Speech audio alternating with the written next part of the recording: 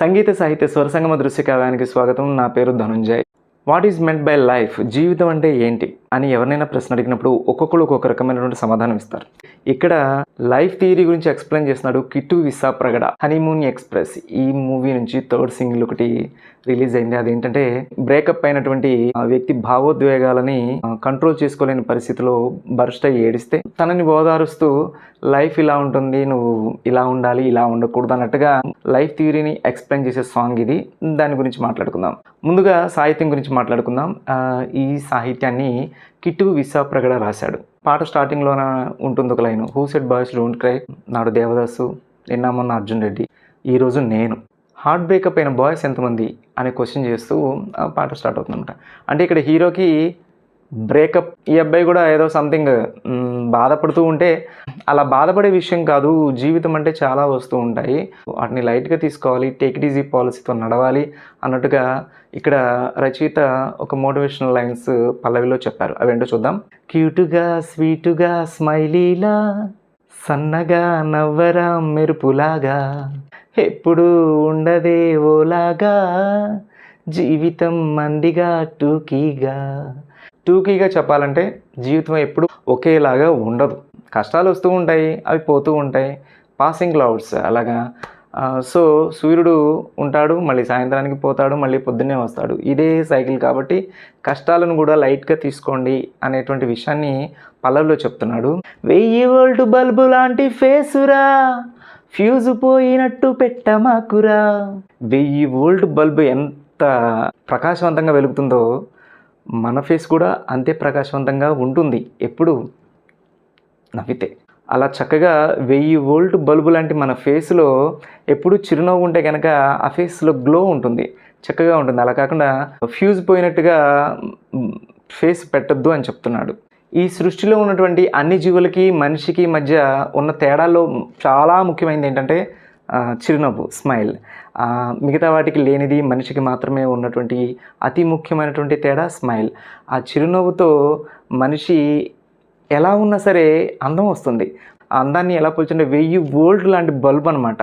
మరి ఫ్యూజ్ కొట్టేస్తే బల్బ్ ఎలాగదు కదా. ఇక్కడ కష్టాన్ని ఫ్యూజ్ కొట్టేయడంగా పోల్చాడు రచయిత. ఫ్యూజ్ కొట్టేసినప్పుడు బల్బ్ ఎలగదు, అలాగే మనకు కష్టం వచ్చినప్పుడు కూడా మన ముఖంలో అసలు నవ్వు రాదు. మన ముఖంలో స్మైల్ చెరిగిపోయిందంటే ఏదో సాడ్ న్యూస్ మనల్ని ఆవహించినట్టుగా మనం ఫీల్ అవుతాం. సాడ్ న్యూస్ని కూడా బ్లాక్ చేయండి అని చెప్తున్నాడు. మనకి ఇబ్బందికరమైనటువంటి కాంటాక్ట్స్ ఏమైనా ఉంటే ఎలా బ్లాక్ చేస్తామో, ఈ జీవితం మధ్యలో వచ్చేటువంటి సాడ్ న్యూస్లు ఏవైతే ఉన్నాయో వాటిని బ్లాక్ చేస్తే చాలా అని చాలా సింపుల్గా లైట్ తీసుకోమన్నట్టుగా చెప్తూ టేక్ ఇట్ ఈజీ అనేసి ఈ జిందగీని సాగనివ్వరా అనేటువంటి లైన్స్తో పల్లవిని కంప్లీట్ చేస్తున్నాడు. చరణం విషయానికి వస్తే, ఏ ఊహలో ఊరేగుతూ సాగిందో ఆలోచన, ఆ వైపుగా పోరాదని సాగాలి నీ భావన.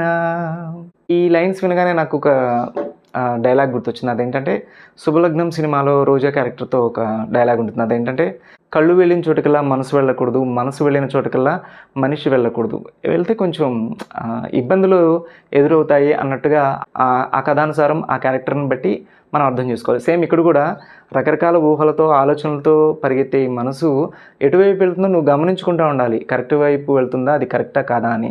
లేకపోతే కనుక దాన్ని నిలువరించాలన్నట్టుగా చెప్పడం చాలా బాగుంది.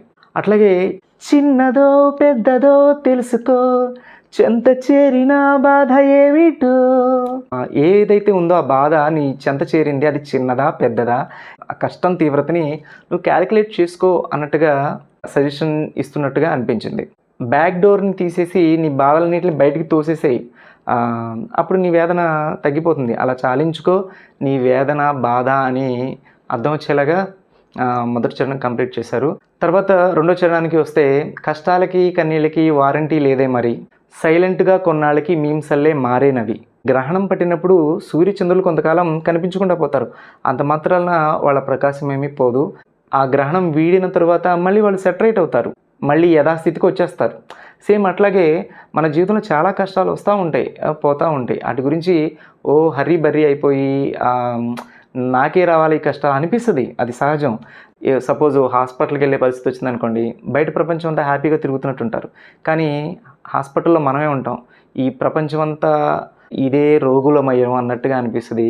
మనకే వచ్చిందే ఈ కష్టం ఎప్పుడు తీరుతుంది అనేటువంటి ఆందోళన, ఆ మానసిక స్థితి అది ప్రతి ఒక్కరు ఏదో ఒక టైంలో అనుభవించే ఉంటారు. అలా ఫీల్ అవ్వకుండా ఉండాలి. కష్టాలకి కన్నీళ్ళకి వారంటీ లేదు, అవి వస్తూనే ఉంటాయి. కాకపోతే సైలెంట్గా కొన్నాళ్ళకి మీమ్స్ అల్లే మారినవి. ఇప్పుడు కొన్ని మీమ్స్ చూస్తూ ఉంటాం కదా సోషల్ మీడియాలో, ఫన్నీగా అనిపిస్తూ ఉంటాయి అన్నమాట. అలాగే గాలిలో మెడలే కట్టుకో, పాత జోకులే తిరిగి గుర్తు తెచ్చుకో అని చెప్పేసాను. మన జీవితంలో చిన్ననాటి నుంచి జరిగేటటువంటి కొన్ని హ్యాపీ మూమెంట్స్, జోక్స్ అవన్నీ కూడా గుర్తు చేసుకుని సరదాగా నవ్వుకో. గాలిలో మేడలే కట్టేసుకో. మనం ఊహల్లో ఏదైనా ప్రపంచాన్ని నిర్మించుకోవచ్చు. ఇప్పటికిప్పుడు ఉన్న పాటుగా మనం ఎక్కడికైనా వెళ్ళిపోవచ్చు. సప్త సముద్రాలు దాటేయచ్చు, ఆకాశంలో ఎగరొచ్చు. ఎప్పుడొచ్చినా ట్రాజెడీ, నెక్స్ట్ డే కామెడీ. ఇదండి సాంగ్ మొత్తానికి హైలైట్ అనమాట. ఈరోజు ఇప్పుడు మనం ఎంతో భయంకరమైనటువంటి పరిస్థితిలో ఉండొచ్చు. అది పగలు కావచ్చు, రాత్రి కావచ్చు. పగటి కష్టం ఒక రకంగా ఉంటుంది, రాత్రి కష్టం మరీ భయంకరంగా ఉంటుంది.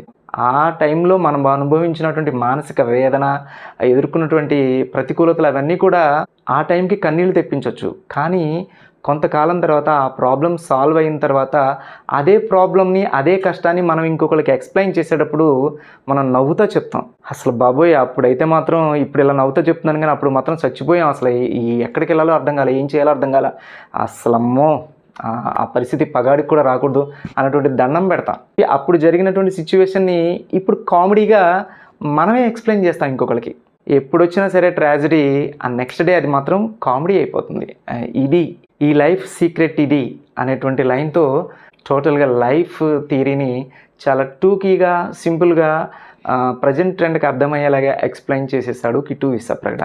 ఇది సాహిత్యం గురించి చాలా చాలా చాలా చాలా బాగుంది. సంగీతం విషయానికి వద్దాం. ఈ పాటకి సంగీతాన్ని అందించిన వారు కళ్యాణి మాలిక్.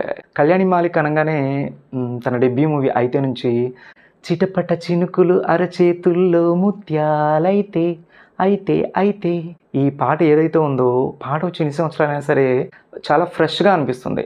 అంత చక్కని మ్యూజిక్ ఇచ్చేటువంటి కెపాసిటీ ఉన్నటువంటి మ్యూజిక్ డైరెక్టర్ కళ్యాణి మాలిక్.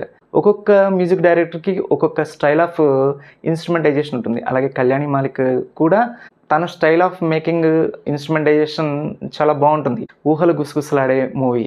ఏం సందేహం లేదు ఆ అందాల నవ్వి ఈ సందళ్ళు తెచ్చింది. పాట అంటే మనసును కదిలించేది, శరీరాన్ని కదిలించేదని రెండు రకాలుగా ఉంటాయి. శరీరాన్ని కదిలించాలంటే మంచి ఊపు బీటు ఉండాలి. మనసును కదిలించాలంటే మంచి సంగీతం, ఆ మంచి సంగీతానికి తోడుగా మంచి గాత్రం, ఈ రెండింటికి ఎలివేషన్ ఇచ్చేటువంటి సాహిత్యం ఉంటే ఆ పాట అద్భుతంగా 10 కాలాల పాటు ఉంటుంది. ఈ పాటని పాడిన సింగర్ విషయానికి వస్తే దీపు ఒక మంచి సింగర్. ఏ భావానైనా చక్కగా పలికించేటువంటి సింగర్. టోటల్గా పాట మొత్తం గురించి మాట్లాడుకుంటే అటు సాహిత్యపరంగా, సంగీతపరంగా, స్వరపరంగా ఈ పాట సింపుల్గా ఇప్పుడున్నటువంటి తరానికి ఇలాంటి కంపారిజన్స్తో చక్కగా చెప్పడం ఏదైతే ఉందో అది మాత్రం పాటని అక్కడ నిలబెట్టింది. దృశ్యపరంగా మాట్లాడుకుంటే హీరోకి బ్రేకప్ అయిపోయింది. ప్రతి జంట హ్యాపీగా ఉంది. నేనే నా తోడు లేకుండా నేను ఒక్కడినే ఇలా ఉండిపోయాను అన్నట్టుగా వాడు ఏడుస్తూ ఉండేటువంటి సీన్స్తో ఈ లిరికల్ వీడియో పిక్చరైజ్ చేశారు. అదైతే చాలా బాగుంది.